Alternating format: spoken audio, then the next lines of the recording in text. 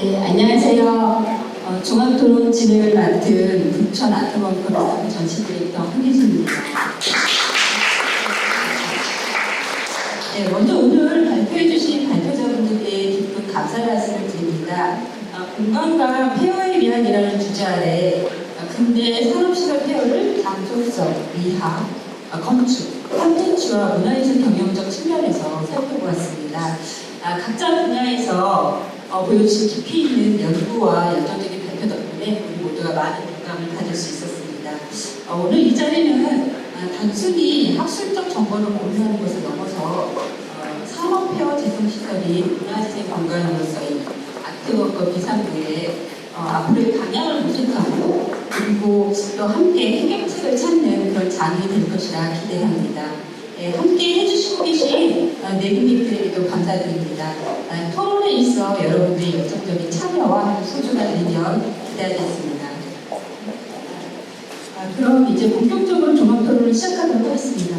먼저 발표 순서대로 질의와 답변이 한 차례 돌아간 다음에 그 다음에 자유 토론으로 자유롭게 말씀하시는 방향으로 그렇게 이어가도록 하겠습니다.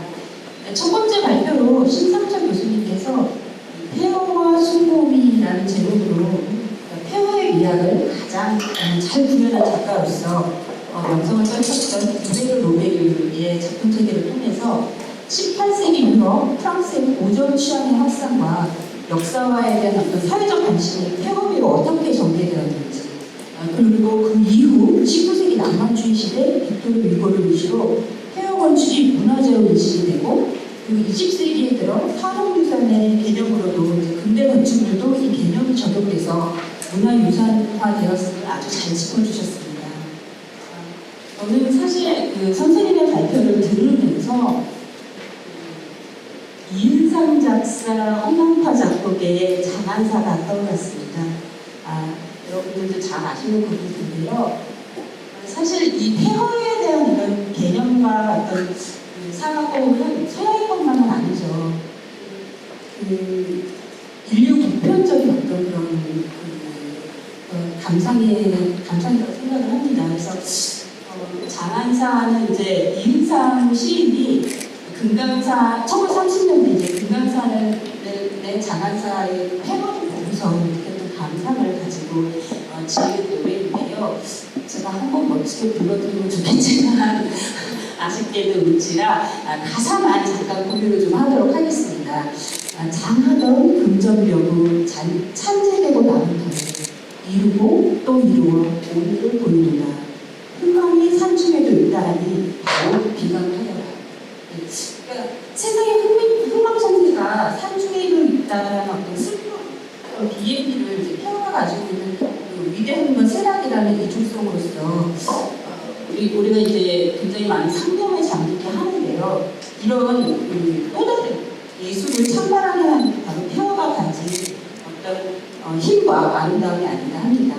그럼 이제 첫 번째 발표, 이 폐허와 순고미에 대한 토론적 소중한 의견을 듣고자 하는데요. 주경민 교수님 먼저 질의를 시작해 주시겠습니까? 연세대 인문학 연구원에서 미학 연구하는 죄송한 말씀을 먼저 드려야겠는데 사실 제가 이 아트벙커에서 이런 홍보를 한다는 거를 잘 오늘로 와서야 최근에 와서 알아가지고 이 맥락을 알았다면 발제는 질의를 조금 달리했을 것 같다는 생각이 들었고 근데 어쨌든 지금 이 질문은 상당히 미학적인 질문에 가까워가지고 일단 저 사람은 미학하니까 미학 쪽으로 일단 질문하는구나 생각이 좀 고마운 것 같고요. 그리고 오늘 발표를 들으면서 약간 질문을 하나 풀어서 오늘 발표를 들으면서 영감이 생겼던 것 관련해서 질문을 하나 더 드려보겠습니다. 일단 써왔으니까 읽도록 하겠습니다. 폐허와 순고미 이 글 세 글자는 폐허와 고대 인적을 자연 풍경과 결합한 풍경화 작업을 명성하는 이베르 로베르 작업을 소위 폐허의 미학으로 분석하고 그 미적 관점의 일적 의의를 고찰하고 있습니다. 실제로 로베르 작업을 개농주의가 직접 독립되던 18세기 중반 이해 동안 문화적 패러다임으로서 신고전주의가 발효하는 시기에 미칠 수 있고 그러한 지식사회적 개념을 그의 작업이 잘 반영하고 있음에 주목하고 있습니다. 일테면 그의 작업은 당대의 민족 기법으로서 보존제를 따르지만 예컨대 폐허 작업 등에서 보이는 왕정 체제에 막빠지는 느끼는 새로운 시대에 대한 불확실성이 시대적 것입니다. 역사적 시각을 사고하는 당대 역사 철학적 관점을 잘 대변하고 있다고 분석되고 있습니다. 한편 여기서 로베르의 폐허변, 미학적으로는 인간이 가능할 수 없고 통제할 수 없는 시간의 지속성과 영원함, 시간의 충만의 무한성, 역사의 희망성실한 그 영혼일기에 대한 두려움과 경외의 감정을 이야기하는 점에서 순보의 미적 형식으로 파악하고 있습니다. 전형적인 순보의 미적 형식이죠. 나가 필자는 이러한 폐허 미학을 계승한 미학적 역사적 변형들로 폐허 미학이 낭만적으로 감성적으로 소비되는 양상, 폐허 미적 감성의 집단 기업이나 민족적 정체성 구현한 문화적 커머스로 확립되는 과정을 첨언하면서 폐허 미학이 오늘날의 객관적이고 집단적 역사와 역사의 분위와 개인의 주관적인 민족 경험과 의미 해석이 통합될 수 있는 기회를 제공할 수 있어 미학적 의의가 있다고 말하고 있습니다. 지리는 먼저 미술적인 건데요. 미학적이라기보다는 로베르의 그림이 보이는 이중성입니다. 그의 작업의 고전주적 개연과 낭만주적 감성이 공존하는 것처럼 보입니다. 예컨대 신군주의 초입부터 활동했던 로베르는 신군주의가 1760년대에 시작했다고 그런 로베르가 생각합니다. 원고법이나 제어의 정확성, 줄서핀 전체 구성, 명료한 선을 이용한 건축물의 디테일한 묘사, 명암의 정확한 사용에 따른 형태 함적 재현 등은 전형적으로 고전주의 스타일을 따릅니다. 반면 폐허는 그것이 지나온 오랜 역사적 시간차 때문에 자체로 풍부한 상상력과 감성을 야기하고 심지어 로베르에 대한 선적인 면까지 보입니다. 양식적으로는 고전주의지만 정서적으로는 낭만주의처럼 보인다는 게 이제 특별되고 있습니다. 사실 미지의 것, 무한한 것, 초월적인 것을 느끼는 경외에서 비롯되는 순간의 감정의 효과가 흥성과 조화를 중시하는 고전주의는 보통은 잘 어울리지 않는 조합인데 로베르는 그렇지 않다. 순고가 고전주의에서 시작되었지만 대부분 낭만적이라는 그런 부정하기 어렵습니다. 흥미를 먼저 했던 칸텍에도 순고의 요소는 없었고 사실 낭만주의 후에는 호수에서도 순고가 주요한 미적 형식이 된 것은 이를 반영합니다. 양식뿐만 아니라 내용적으로도 아래의 그림에서 보인 것처럼 한편으로는 시간과 역사 또한 앞에서 인간과 문명의 한계를 말하면서도 동시에 폐허 속에서 자신의 동시대와 일상을 태어나 살아가는 인간들의 풍경은 인간과 일상의 힘을 응징하는 것처럼 보입니다. 어떤 점에서는 무기력하고 어떤 점에서 일상을 공존하는 것처럼 보인다는 거죠. 이러한 이중성은 폐허라는 소재의 역사성이라는 테마에서 태생적으로 나오는 것인지 아니면 그저 로베르 자체의 기성 때문인지 혹은 계속 말씀하신 것처럼 당대의 질서학적 배경으로 설명이 가능할지 생각합니다. 그런데 이중성을 일반적인 고전주의와 낭만주의 일반적인 이해와 달리 어떻게 로베르에서 보이는 이중성을 좀 더 조화롭게 이해할 수 있을지를 여쭙고 싶습니다. 두 번째 질문은 상당히 미학적인 건데, 그러니까 이 폐허 우리가 사고 이 컨퍼런스가 폐허와 관련된 건데 우리가 폐허를 사고할 때 폐허를 미학적으로 생각할 때요. 폐허와 잘 어울리는 미학이라는 것이 뭔가라고 생각했을 때 저는 오늘 계속 발제를 들으면서 승고의 미학이라기보다는 알레고리의 미학이 훨씬 더 폐허와 잘 어울리지 않는다라는 생각이 들었어요. 지금 질문은 알레고리의 미학과 더 잘 어울리는 걸로 생각되는 이유를 하나 들었고요. 그리고 이 질문이 끝나면 왜 알레고리를 생각하는지 제가 그게 더 질문을 더 넣겠습니다. 발전을 읽는 내내 그걸 잘 알지 못한 로베르 회화를 찾아보고 있는 그런 생각은 로베르 회화는 전형적인 알레고리 회화로 여겨진다는 것입니다. 아시겠지만 알레고리라는 건 그런 거죠. 수학적인 건데 여자랑 남자랑 싸웠어요. 근데 보통 이제 일반적 상황입니다. 보통 집에 가 보자 라고 했는데 남자가 이거를 진짜로 집에 가면은 죽는 거잖아요. 여자가 집에 가라고 했을 때 사실 안 하고 속으로는 다른 말 하고 있는 거죠. 그러니까 넌 그대로 가면 넌 뒤졌어. 이렇게 다른 말 하고 있는 거잖아요. 이게 이제 알레고리 전형적인 수학 방식인데 알레 다르게 뭐라도 오리야 다르게 말하는 거죠. 근데 이 베냐민은 단순히 알레고리 미학을 수학적인 게 아니라 역사 넘어선 존재 뭔가 적당을 하는 게 베냐민 미학의 알레고리 미학의 특성이라고 할 수 있어요. 그래서 이 베냐민 알레고리 미학이 상당히 폐허와 잘 어울린다는 생각이 드는 거죠. 베냐민이 예를 든 것처럼 폐허야말로 대체로 알고적 대상이다. 폐허는 항상 과거 현상에 작동하고 그 텍스트 사이에서 그 대체를 통해 사학의 의미, 즉 베냐민 사학의 역사적인 이념을 만드는 또한 역사는 하나의 불변한 실체가 아니라 이념이라는 구성 원리의 끊임없이 재구성, 재배치되는 성조로 보았던 베냐민 역사관에서 또 표현은 과거를 그 자체로 보존하는 것이 아니라 불완전하고 파편화된 것으로 간주하게 만듦으로써 그의 알레고리 역사관에도 부합하는 대상이 있습니다. 그러니까 알레고리는 두 가지 의미가 있는데 하나는 단지 다르게 말한다는 의미가 있고 두 번째는 모아서 다르게 말한다는 거죠. 그러니까 바리타스가 같은 경우는 당연히 알레고리인데 모아서 다르게 말해요. 그래서 이제 베냐민도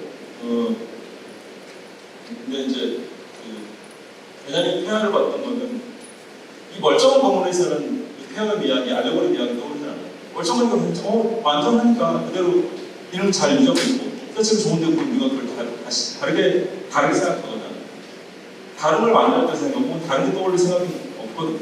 그거 가지고 뭐 할 생각 안 드는 거죠. 근데 파편화된 걸 보면 불완전한 걸 보면 저걸 뭔가 다른 걸 만들어야 되는 생각이 들어요. 당연히 폐하는 그냥 자동으로 알레고리 이야기를 떠올리게 돼 있습니다. 그래서 물론 18세기 반의 알레고리 상징에 비해 적합한 수화로 봐야 이뤄진 시인이 이거는 이제 교수님과 잠깐 말씀을 나눠봤는데 이것도 약간 다른 것 같아요. 일반적으로 그랬는데 상징 이야기 19세기 상징주의 나올 때 상징 이야기 이렇게 발행하게 됐고 점점 상징이 좀 더 중요하게 됐는데 말씀드리기 그만도 아닌 것 같아요. 아무튼 제가 알기로는 18세기 반 알레고리 상징에 비해 적합한 수화로 봐야 되는 시인이 로벨에서 직접 알레고리 이야기를 얘기하는 건 쉽지 않을 것 같은데 그 당대의 관점에서 알레고리를 말하기 어려운 데는 폐허 미학의 문양을 다루면서 이게 문제인데요. 베냐민은 폐허와 알레고리 미학을 다룬다면 좋지 않을까라는 생각이 들었습니다. 그러니까 18세기는 어렵지만 동시대 관점에서 폐허의 알레고리 미학이 더 잘 어울리는 게 아닌가 생각이 들거든요. 만약 폐허의 미학을 숭고의 미학만이 아니라 이렇게 알레고리 미학을 다룬다면 자연스럽게 포스트 모더니즘의 미학, 파편화의 문화적 가능성을 알레고리 미학으로 연결한 플레이고 오윤스의 논의까지 되지 않을까 생각합니다. 이 폐허의 미학을 알레고리 미학을 바라봐야 하는 이유는 이것도 중요한 이유인데 발자가 마지막 부분에 그것을 현대적으로 논하면서 폐허가 객관적 제도 틀 속의 문화적이라는 대상이 되고 그 의미도 객관적으로 묻어질 때 반대로 폐허의 미학적 본래 가치가 개인이 스스로 기억의 주체로서 과거를 대면할 수 있는 기회를 갈 수 있게 해준다는 점에서 더 정당화되는 것 같습니다. 알레고리가 그렇다면 이 부분에서 어째서 폐허의 미학이 좀 설명이 필요해 보이는데 이거는 일단 넘어가는 게 좋을 것 같고요. 그래서 요컨대 폐허가 우리에게 알레고리 작동할 때 역사의 객관성과 우리의 주관성이 만나는 장이 마련된다는 것입니다. 알레고리 미학이 그리스의 아크로폴리스 미소는 소위 엘긴 객자의 가져간 파르테논 신전 조각품인 엘긴 마블스를 반환할 정당성을 주기 위해 만들었습니다.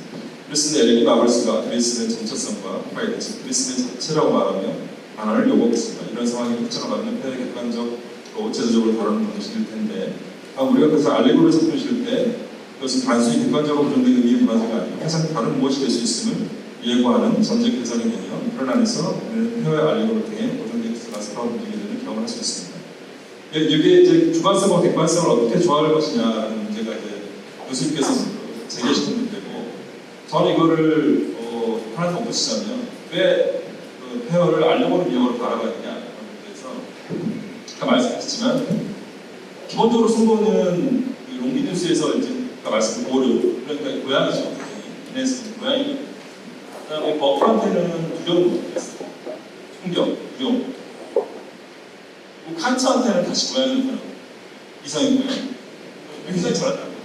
그래서 아무튼 이 폐허의 알레고리 미학은 재생의 미학, 파편의 미학, 그리고 달리레의 미학. 오늘 말씀하신 것처럼 부천 아트벙커나 양파편이라는 도시의 어떤 다른 형태들이 모여서 새로운 뭔가를 만들어내는 뭔가 다른 게 떠나는 그런 미학이 숭고보다는 알레고리 미학이 잘 어울리지 않나. 말씀 잘 들었습니다.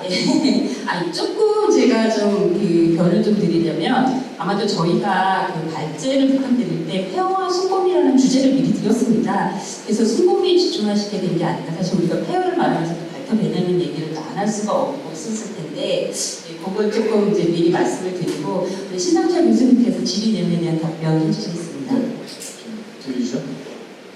조경진 선생님의 질문이 너무 전문적이고 꾸며 읽어주셔서 이제 발제자 입장에서는 너무 감사하다는 말씀을 먼저 드리고 싶고, 또 그 내용을 토론을 하자면 상당히 좀 시간이 또 많이 소요가 될 것 같아요. 그래서 지금 이 공간에서 과연 케어에 대한 이야기에 정말 많은 사람들이 관심이 있을까? 사실 실무적이고 전시 기획과 관련된 문제가 더 논의의 중심이 아닐까 싶어서 저는 정말 감사하게 그 모든 지적이라든가 질의에 대해서 저도 생각하게 되고 또 논쟁을 할 수 있는 많은 내용이 있지만 그 부분은 좀 제가 축약을 하도록 하겠습니다. 다른 분들도 토론을 들어야 되니까. 이제 첫 번째 질문에서 이제 현재화 시키는 작업을 유해로 후배가 계속했는데 그 폐허의 안에 기본 속성이냐 미술에서 말씀하셨는데 그렇지 않습니다.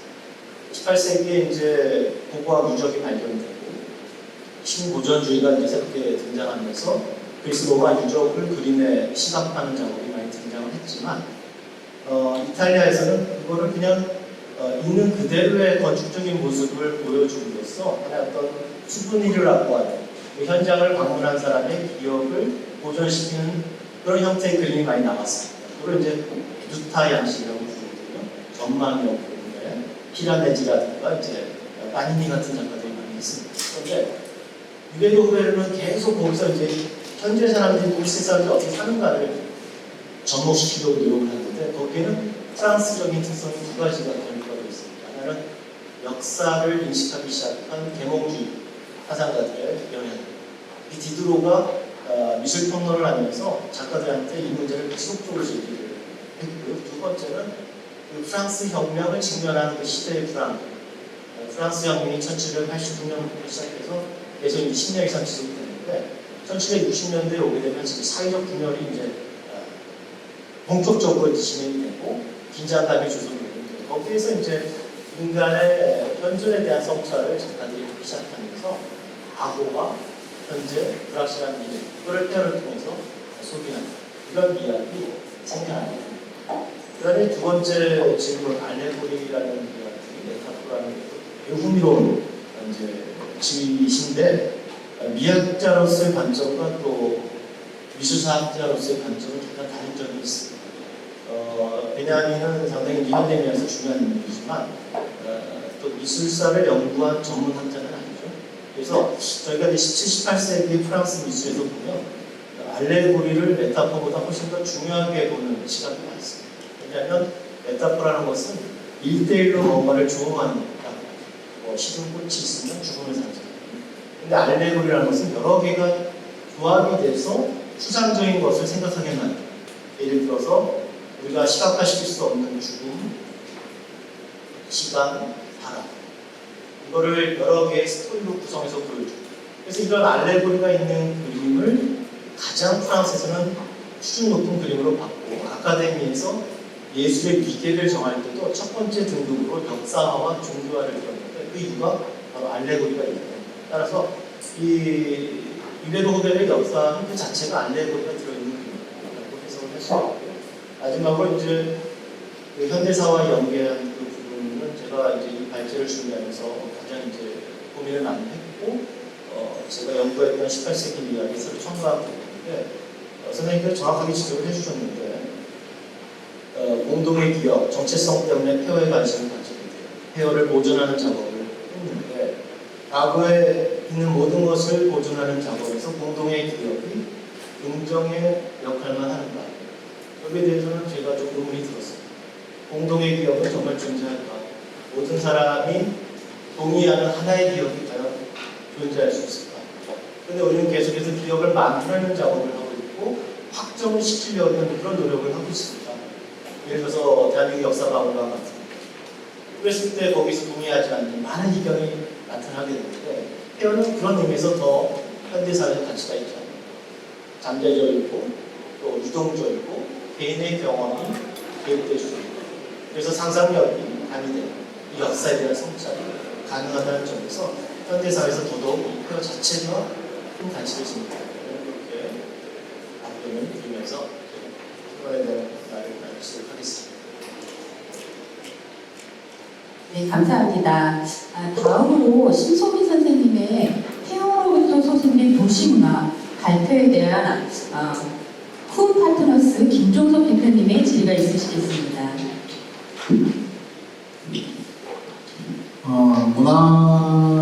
문화예술 부분에서 워낙 전문가가 많은 또 연구, 특히 심성동 그레이트님의 발전을 잘 되고 있고요. 그것을 통한 제 나름대로의 좀 다른 생각을, 질문을 드리고 싶어요. 저보다 나은 분들의 얘기를 제가 간다고 해서 들릴 것 같지 않아서 왜 폐허야 하나? 언제 여기가 폐허였나요?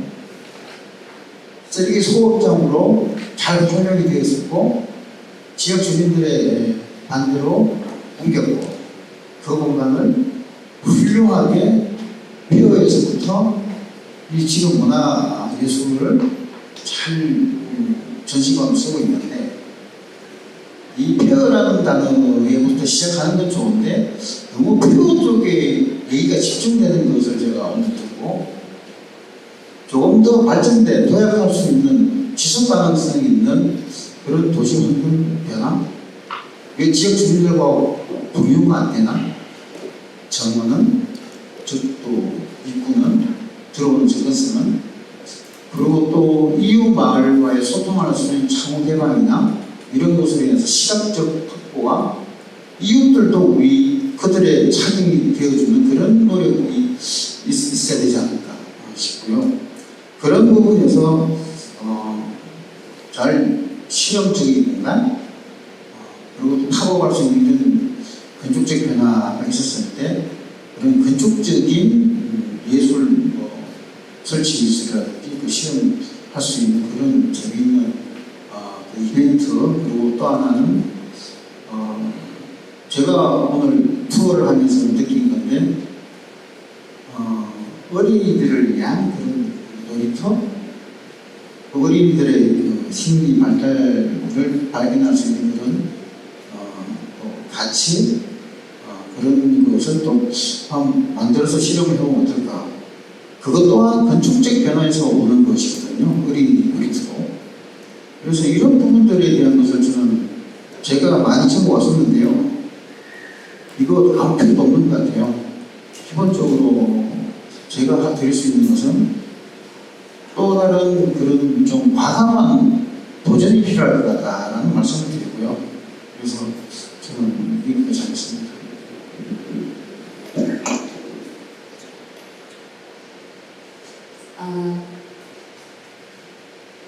그러니까 이 아트벙커라는 공간이 그러니까 문화예술 공간으로 리모델링 되면서 사실은 완벽한 그 새로운 공간으로 아마 재생하실 수 있었을 거예요. 그런데 당시 이제 이걸 기획했던 분들의 생각과 그리고 건축가분의 의도가 기존의 이 그 소각장으로서의 역사 이런 것들을 가지고 가는 것, 그다음에 아카이빙하는 것 이런 것들이 말씀하신 것처럼 우리가 지금 폐허라고 이렇게 단어를 잡아서 그런데 어떤 것 그런 기억과 이런 것들을 함께 가지고 가는 공간으로서 그 안에서 또 새로운 예술을 창조하는 그런 공간으로서 기획된 공간이어서 이제 저희가 폐허라는 주제를 사실 잡은 건데요. 해주신 말씀들이 많으실 것 같아요. 이 답변을 신성민 대표님, 신성민 선생님께서 좀 해주시기 바랍니다. 네.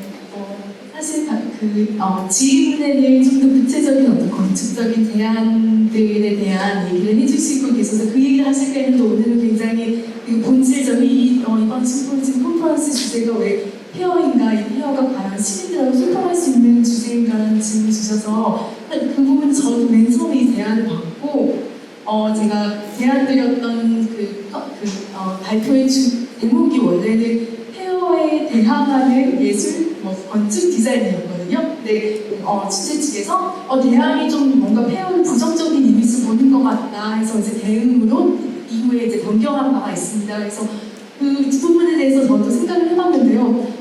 왜 폐허라는 말이 우리에게 부정적일까라는 생각인데요. 폐허를 긍정적으로 볼 수 있는 사례가 지금까지 많지가 않았던 것 같아요. 하면은 뭐 프랑스가 많았을까라고 생각을 한다면 사실 산업화 지금 우리가 가지고 있는 여전히 남아있는 것들이 이제 공무원 유지수치가 아닌 그런 폐허는 모두는 산업 이제 폐허들이잖아요. 폐산업 시설인데요. 그러니까 한국에서 산업화 이후에 그 지금까지의 시간을 생각해 보면 불과 한 7, 80년밖에 지금 되지 않았거든요. 근데 서구 같은 경우는 산업화 이후에 지금 200년이 넘었죠. 18세기 후반에 맨 처음 시작이 됐으니까요. 그렇게 본다면 제가 소개드렸던 사실 문화공간도 엄청난 무수한 그런 실패와 주민들의 반대와 많은 어떤 논의 속에서 그 시행착오를 반복하면서 이제 어떤 문화적인 폐허라는 어떤 긍정적인 모티브의 방식을 찾아가는 게 아닐까라는 생각이 들고요. 그래서 그러면 폐허라는 이미지의 가장 긍정적인 이긴 어떤 사례가 없을까 잠깐 지금 생각을 해봤어요. 했는데 얼마 전에 저희 봤던 올림픽의 창시자가 프랑스 자인데요. 1870년대에 이 올림픽이 창시하게 됐던 계기가 바로 그리스의 이제 올림피아라는 폐허를 발굴하면서 시작이 됐거든요. 그러니까 고대의 어떤 스포츠 경기가 있었다는 것을 이제 100년 후에 프랑스 학자들이 발견했던 그 어떤 공고한 현장으로부터 영감을 받아서 사실상 스포츠 경기의 어떤 원형은 마라톤이 가장 오래된 스포츠로 알려져 있잖아요. 그래서 모든 리서치가 폐허에서 시작이 됩니다. 폐허에서 발견된 원반 던지는 상 이런 리서치를 통해서 이제 엄청난 국제적인 경기가 탄생이 됐는데요. 그래서 그걸 생각해 보면서 지금 현재 부산 아트원급이 39에서 하고 있는 저희가 지금 하고 있는 이 논의는 되게 시작점이고 어느 날 어쩌면 이게 계속 지속이 돼서 뭔가 어떤 산업의 글로벌 국제 심포지움에서 엄청난 그런 선각자들 분들과 로컬에 계신 어떤 시민 활동가 이런 것들이 함께 교차되는 그런 자리도 있지 않을까라는 그런 기대를 좀 해보았습니다. 그렇다면 폐허라는 단어가 나쁘다 이런 것은 아니고요. 단지 모든 분들이 폐허에 너무 집중하시는 것 같고 그것을 뭔가 이제 좀 재미있게 좀 파악할 수 있는 그런 얘기가 좀 나왔으면 좋겠는데 계속 폐허가 나오니까 폐허를 연구하러 왔나? 이런 제 의견을 드렸고요. 저는 그냥 동네 건축합니다.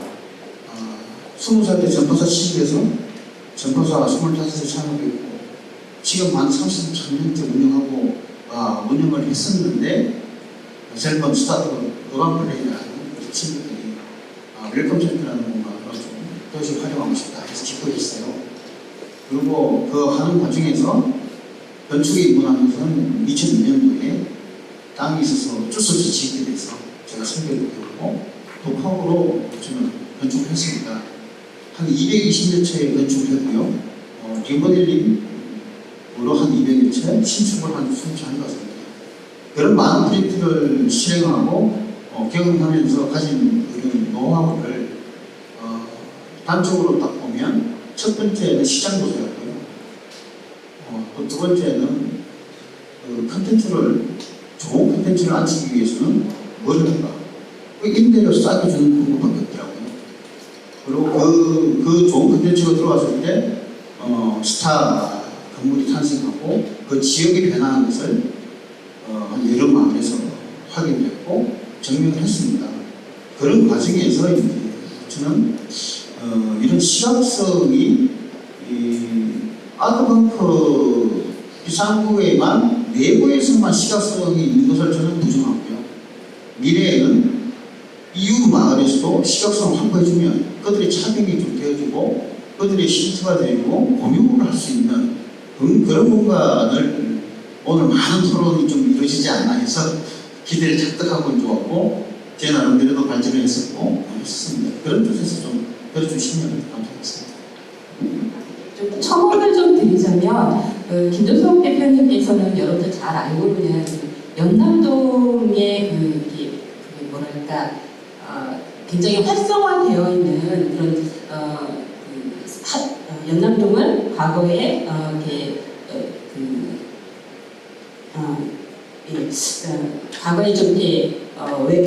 좀 소외되었던 공간이 새로운 문화 공간으로 조성되는데 이쪽을 하셨던 분이십니다. 그래서 아마 이제 아트벙커 비서부가 하나의 문화 랜드마크 주변 사건에 또 활력과 성장을 가져오는 방향으로의 전개를 또 이제 말씀해 주시고자 하셨는데, 예, 지금 토론 시간이, 이제 저희가 시간이 촉박해서, 예, 조금만 더 그 안에 대해서 조금 말씀해 주시면, 예.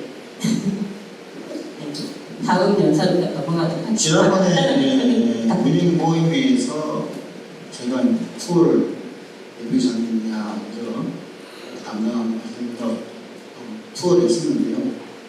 그 투어하는 과정이 참 날이 굉장히 더웠는데도 불구하고 호기심이 있었습니다. 그 얘기는 군데 터치만 사람, 안전시설을 보호한 사람이요.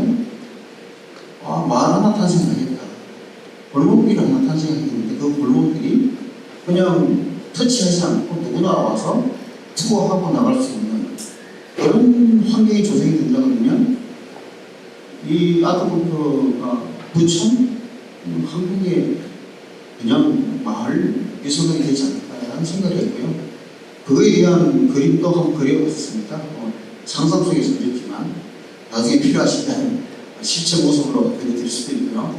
그래서 조금 길거리 예술관 생각했습니다. 네, 감사합니다.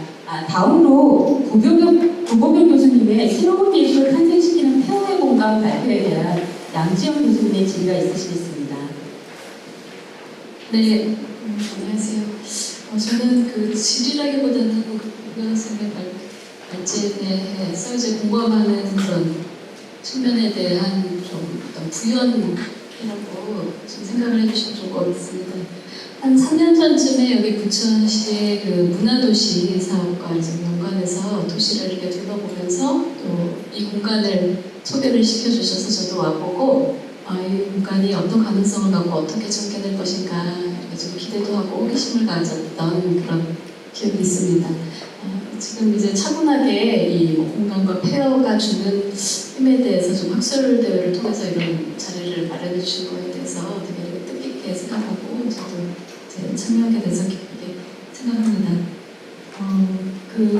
제가 이제 짧게 좀 정리된 글을 중심으로 말씀을 드리자면, 구보경 선생님께서 이제 발전에서 다루셨듯이 그 테이트 호돈의 터미널 전시가 2000년부터 이제 거의 지금 한 5년 가까이 되어가는데, 그동안 그 미술관과 현대사회의 관계, 그리고 또 예술과 관객의 어떤 상호작용, 그 외연을 넓히면서 새로운 예술 경험을 이제 창출하는 사례의 어떤 중심에 있었습니다.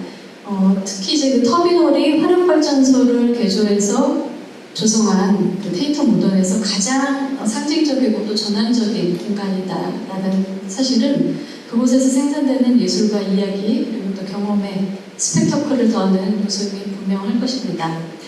이렇게 산업 구조의 변화로 용도 폐기된 시설을 문화 공간으로 변모시키는 작업은 국내에서도 한 1990년대 후반부터 다양한 형태로 전개가 되었습니다.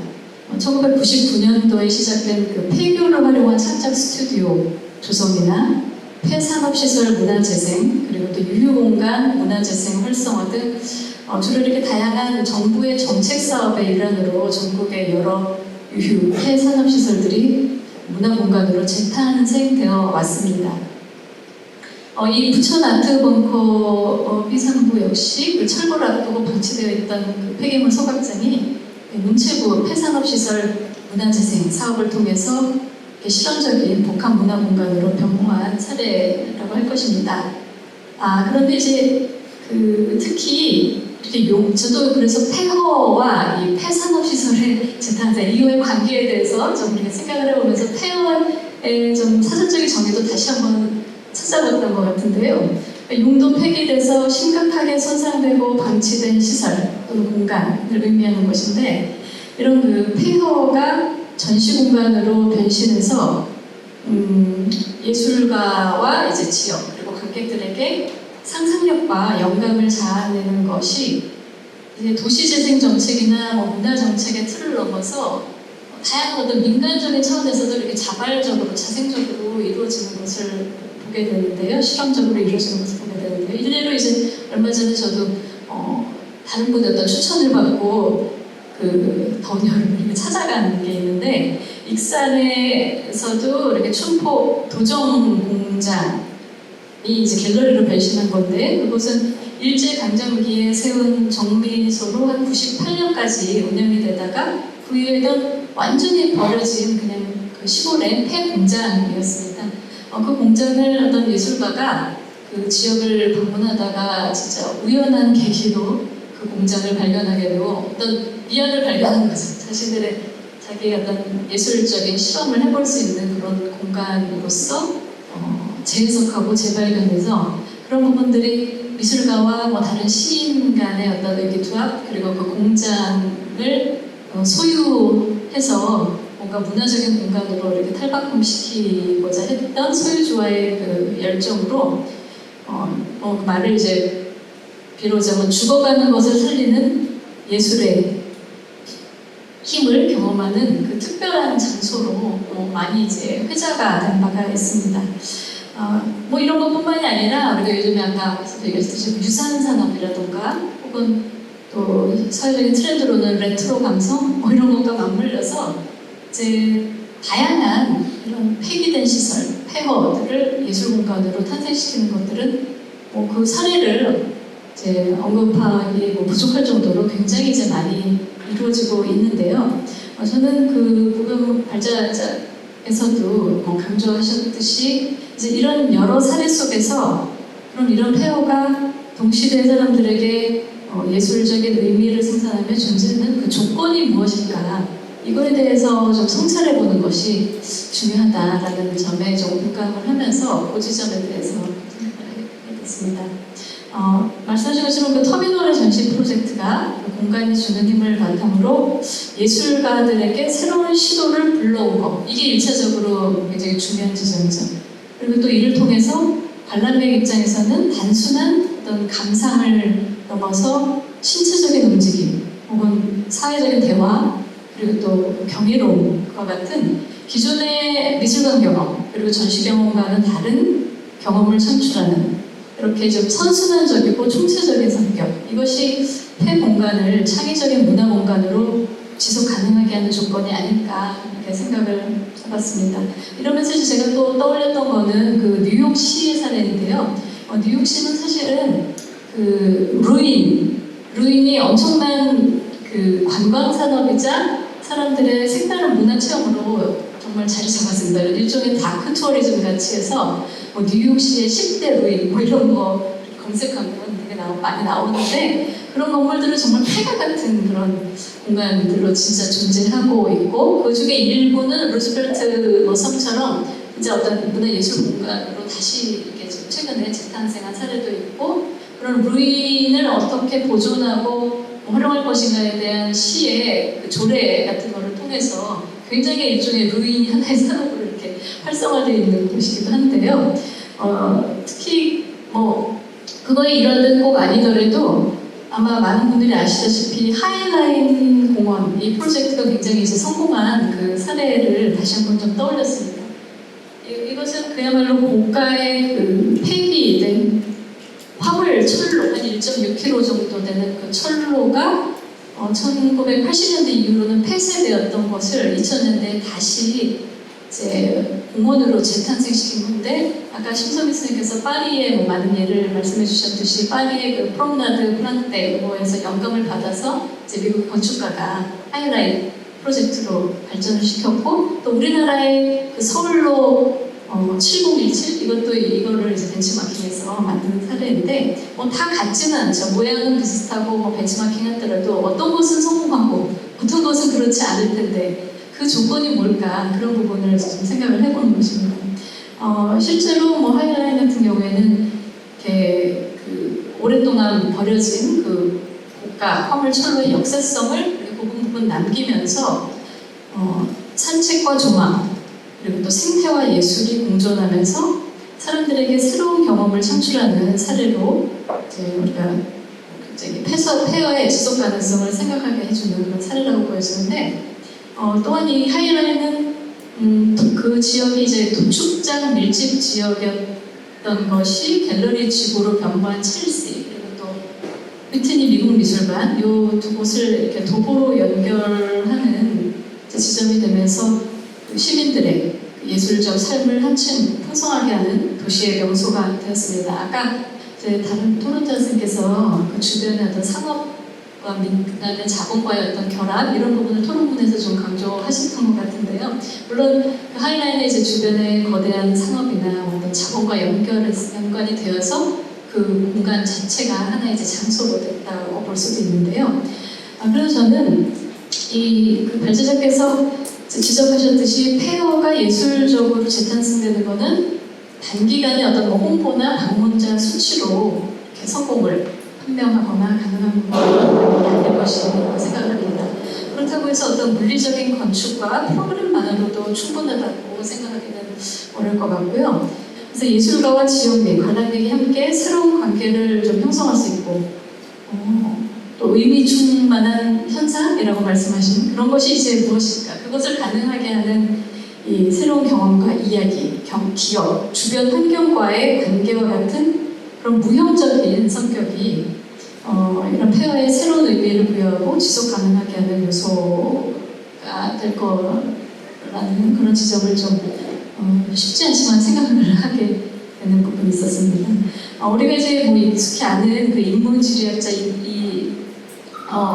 이프트완 그 주장을 빌자면 뭐 공간, 스페이스와 장소, 플레이스의 개념을 좀 구분을 하는 그런 주장으로 많이 알려져 있죠. 말하자면 그 추상적이고 객관적인 개념이나 상태라고 할 수 있는 하나의 이제 공간이 우리의 삶과 정서적인 경험이 거기에 녹아들면 그것은 구체성과 주관적인 의미를 지닌 장소가 된다라고 하는 이제 그런 주장인데요. 이렇게 폐허를 개조한 문화시설이 이러한 장소성을 지니고 지속 가능하게 하기 위해서는 그것이 이 사람과 예술 그리고 주변과의 관계 속에서 어떠한 가치와 경험을 창출할 수 있을까를 좀 끊임없이 실험하고 그것을 관찰하는 태도가 무엇보다 이제 중요할 거라고 생각을 하고요. 이제 물론 역설적으로 폐허가 하나의 이런 장소가 되기 위해서는 이 공간이 내포하는 역사적, 미학적 힘과 조화하면서 빈 공간, 그야말로 가능성의 공간으로서 바라봐주고 그 실험과 창조를 용인하는 그런 시선이 무엇보다 정책적으로도 필요할 거라는 생각을 하면서 토론을 좀 가름하도록 하겠습니다. 감사합니다. 네, 간단하게 시간 관계는 간단하게 답해주시면 감사하겠습니다. 네.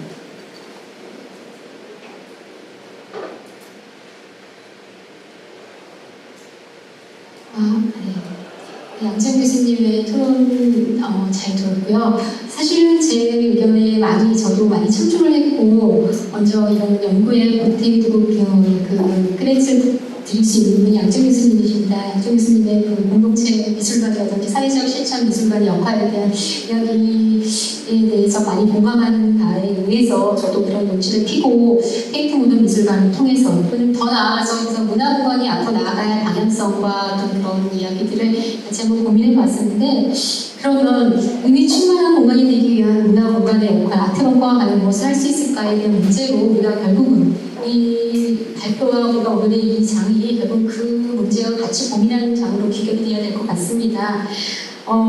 최근 들어서 제가 앞서 발표에서도 말씀드렸지만 이제 경험이라는 것이 굉장히 중요합니다. 그래서 색다른 경험 그리고 이런 부분에 대해서 박물관, 미술관, 문화공간이라고 하는 부분이 분명히 굉장히 핫플레이스라고 할 만큼 굉장히 많이 각광을 받고 있고 이곳에 가면은 이분은 한 번쯤 꼭 가봐야 될 공간이다라는 식으로 대중매체와 또 여러 가지 미디어도 같이 이렇게 홍보를 합니다. 예를 들면 예능 프로그램에서도 그렇고 어디 가면 특별 어떤 이런 다큐나 유튜브 영상 같은 경우에서도 어찌 보면 이렇게 소재화해서 박물관, 미술관, 문화공간을 사사해서 마치 특별한 경험을 우리 인간의 즐거움과 휴식을 취할 수 있는 가장 좋은 대상이다, 최선의 대상이다라고 하는 그런 인식들이 좀 확산되고 있는 과정에 있기도 한다고 볼 수 있는데 한 번은 꼭 가봐야 할 공간이긴 하지만 한 번에 머무르는 것이 아니라 그렇다고 한다면 이런 문화공간, 아트벙커 같은 경우도 한 번은 꼭 와봐야 될 공간이지만 한 번만 와서는 안 되는 공간이 되어야 되지 않겠습니까? 그러기 위해서는 관람객들이 와서 방문자들이 한번 왔을 때 또는 그곳에서의 경험은 분명히 개인의 경험도 굉장히 중요하지만 같이 함께 했을 때 개개인들이 모여서 그 경험들이 진폭이 된다고 볼 수 있을 것 같아요. 그래서 함께하는 누군가와 함께 했을 때 또는 본인이 와서 오브제를 통해서 전시를 통해서 뭔가 만났을 때의 경험들이 개별 경험은 각각 다르겠지만 그런 경험들이 쌓였을 때 그리고 그 경험들을 무엇이 제공하느냐 내부의 어떻게 보면 내부자들의 역할도 굉장히 중요할 것 같아요. 어떤 기획력 있는 전시, 어떤 프로그램들을 만들어내느냐 그리고 관람객들이 와서 다시 올 수 있게 할 수 있는 것이 무엇일 거냐. 근데 그 부분에 있어서의 의미 충만에 이 지역사회와 그리고 이 아트벙커라고 하는 특수한 그 특수성이 있잖아요. 역사가 있잖아요. 소각장이라는 것, 소각장에서 출발했다는 것은 부인할 수가 없잖아요. 그것은 부인할 수 없는 그런 부분에 대한 어떻게 보면 고유성과 특수성을 또 간직한 채 또 그걸 전제로 하면서 앞으로 현재에서 과거를 바라보듯이 또 이 현재가 또 미래에서 어떻게 바라보는지를 미리 기대하고 염려하는 것이 아니라 그 기대감을 열어놓고 계속 함께 지역사회와 그리고 관람객들 그리고 이 내부자들이 또 전시자 예술가들 예술 생태계가 함께 같이 고민해야 되는 부분이 아닐까 싶습니다. 네, 좋은 말씀 감사합니다. 어떻게 움직이고 어떻게 의료돼야 될 것인가. 그래서 폐공간이 창의적 문화공간으로서 지속 가능하려면 어떻게 해야 되는가 하는 고민이 정말 절실한 시점이라고 여겨집니다. 이 자리에 지역구 시의원님께서 귀한 자리를 함께 해주시고 계십니다. 이제 준비된 토론이 거의 마무리되고 있는데요. 저희가 그 두 분 시의원들께 미리 좀 질문을 좀 드렸습니다. 이렇게 우리가 지금 하고 있는 고민, 그러니까 성공적인 문화재생 공간으로서 이 부천 아트벙커가 활약을 하려면 부천시 어떤 문화랜드 마커로서의 제 역할을 하려면 어떤 방향으로 운영돼야 되고 또 어떤 역할과 지원을 또 지자체로부터 받을 수 있을까 두 분의 의견을 나눠주시면 감사하겠습니다. 먼저 배석하신 순서대로 국민의힘당 구정자 시의원님께서 말씀해 주시겠습니다.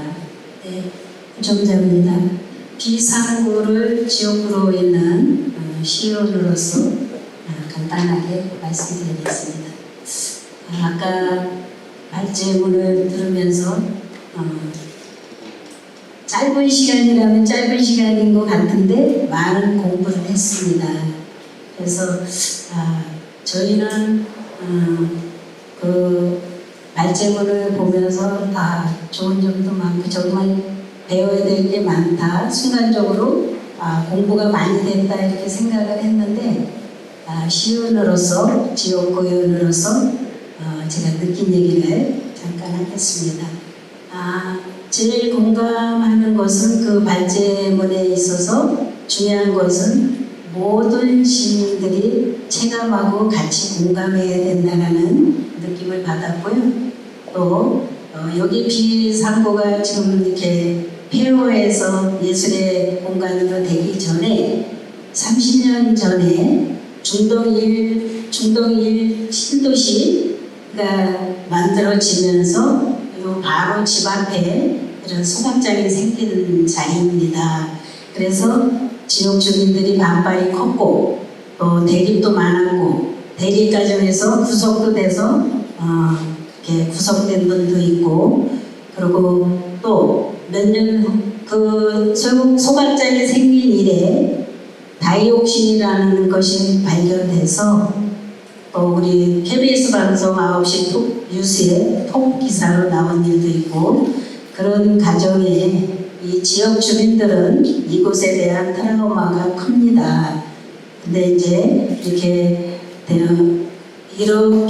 피해가 크고 이러다가 자원순환 대장동 소각장이 생기면서 이전하고 그리고 이제 여기는 이렇게 폐허 미학이라고 아까 왜 폐허라고 하냐 그렇게 계속들 말씀하셨는데 제가 바람은 폐허에서 폐쇄된 공간이 아닌 지역 주민들과 함께 부천 시민과 함께 열어갈 수 있는 활짝 열어서 이 예술의 공간을 그 가슴 아프고 트라우마가 있는 지역 주민들을 위해서 많이 이렇게 같이 활용할 수 있는 그런 공간도 내야겠다라는 말씀드리고 그때 그 일로 아직도 이곳에는 여러 주민들이 살고 있습니다. 그래서 제가 며칠 전에 한번 만나보니까 어쨌든 이러저러 충격으로 인해서 이렇게 또 이렇게 좀 이렇게 입이 좀 왜 그러시냐 이랬더니 저는 이런저런 충격으로 이렇게 몸이 이렇게 또 됐다 이런 소리 듣고 그랬는데 우리 여기 손준규 의원님과 같이 이렇게 나왔는데 여기 우리 비상구에 대해서 토론하고 할 때 지역 주민과 함께 할 수 있는 공간과 또 지역 주민들이 원하는 제안도 해주고 그랬었어요. 그래서 그것이 받아들여져서 조그만 공간에 있다고 하나 제 생각엔 그 당시 주민들이 대립하고 있었던 일들에 대한 사진들도 있을 것 같아요. 그래서 그런 사진도 작은아마 이 공간이 이렇게 100인까지의 그 가정에 그런 옛날 이렇게 트라우마가 있는 신혼돈, 이 주민분들에 대한 그런 과거사를 앞으로 대대손손 이곳이 이런 자리였구나라는 것을 알 수 있도록 그런 사진도 좀 공간에 전시해주고 또 이 공간이 정말 예술의 공간으로서 우리 부천시뿐만 아니라 전국 예술을 하는 분들의 공간으로서 거듭나기를 저도 바라는 바이고 이 지역의 시의원으로서 하고 싶은 말은 지역 주민과 체감하고 공감할 수 있도록 그런 공간의 장이 되기를 다시 한번 부탁드리고 생각하고 있습니다. 그리고 아까 우리 장인경 박물관 관장님도 발제 중에 지역 주민과 함께하는 게 필요하다는 말씀을 해서 제가 공감이 아주 바로 왔습니다. 그래서 오늘 이 토론회를 통해서 제가 뭐 발제해 주시는 거에 대해서 공부를 많이 했다라고 생각은 했는데 제일 중요한 것은 가까이에 있는 과거의 이 지역 주민들과 어떻게 소통하고 그분들이 어떻게 체감하고 할 수 있는 그런 생각도 한번 해봐야 되는 자리라고 생각이 돼서 그런 말씀을 드렸습니다. 앞으로 그렇게 될 것 같고 우리 한병환 대표님 계시고 우리 부장님도 계시고 그런데 우리 지역구 의원들과 의논해서 이 지역의 주민들에게 혜택을 줄 수 있는 공간 그리고 그분들이 이 자리에서 또 할 수 있는 역할을 할 수 있도록 우리 손준규 의원님과 우리 저와 앞으로 계속 살펴보고 예술인들의 이 공간을 잘 활용되고 거듭날 수 있도록 뒤에서 도와주려고 합니다. 네. 감사합니다. 네, 다음으로 더불어민주당 손준기 시의원님 말씀 부탁드리겠습니다. 질문은 같습니다. 예, 지역 아트벙커 B3구가 있는 신흥동을 지역구로 하는 더불어민주당 손준기 의원입니다. 앞서 말씀하신 부정자 의원님과 저는 부천시 재정문화위원회 위원으로 소속이 되어 있습니다. 우리 부천시가 문화도시 부천을 표방하고 있지 않습니까? 근데 사실 이 좁은 땅덩어리 안에 부천시에는 그렇게 많은 문화적인 콘텐츠가 없는 게 현실이거든요. 그래서 저희는 항상 어떻게 하면 공간을 확보하고 그 공간을 활용할지 그 부분에 혈안이 되어 있는 사람들입니다. 그래서 앞서 말씀하신 많은 전문가들, 교수님들의 발언처럼 좀 전문적이고 교양 있는 그런 말씀보다는 좀 현실적인 이야기를 하도록 하겠습니다. 일단은 저희가 작년에 국외 연수를 갔다 왔어요. 프랑스 파리와 독일로 갔다 왔는데 그 과정에서 저희가 봤던 것은 오늘 주제와 마찬가지로 폐허가 되어 있는 곳을 어떻게 재생해서 주민들에게 오픈을 하느냐, 어떤 가치를 얼만큼 부여할 수 있느냐 그 부분을 생각을 했는데 자동차 공장 부지를 재생해서 주변 시민들한테 오픈을 한다든가 과거에 곡식 창고나 상공회의소로 쓰였던 건물을 재생을 한다든가 폐 공장 부지를 활용한다든가 여러 가지를 봤는데 그곳에 갔을 때 느낌은 전 세계 다양한 국가의 다양한 인종의 분들이 모여가지고 그곳에서 그 문화를 향유하는 것을 보면서 좀 많은 부러움을 느꼈습니다. 그러던 와중에 아트벙커 B3부가 어떻게 하면 더 홍보가 되고 더 가치 있게 활용될 수 있을지 좀 고민을 하게 됐는데, 일단은 이건 뭐 여담이지만 나중에라도 폐허가 된 건물을 활용하려면 앞으로는 건물을 좀 내구성을 신경 써가지고 지어야 되지 않을까, 그런 생각도 좀 해봤고요. 우리가 건물이라고 하면 이런 폐허는 다 역사를 가지고 있잖아요. 이곳 같은 경우에는 95년도에 준공이 돼서 얼마 안 돼가지고 97년도에 그 다이오신 파동이 일어났고 2010년도에 대장동 소각장으로 통합되면서 그 오랜 시간을 거쳐서 지금의 아트벙커 B3부가 됐는데, 저는 그 안에는 그 건물이 지니는 그 역사 안에는 그 건물과 함께한 주변 지역 주민분들이 있기 때문에 그분들을 항상 우선적으로 고려를 해야 한다고 생각을 합니다.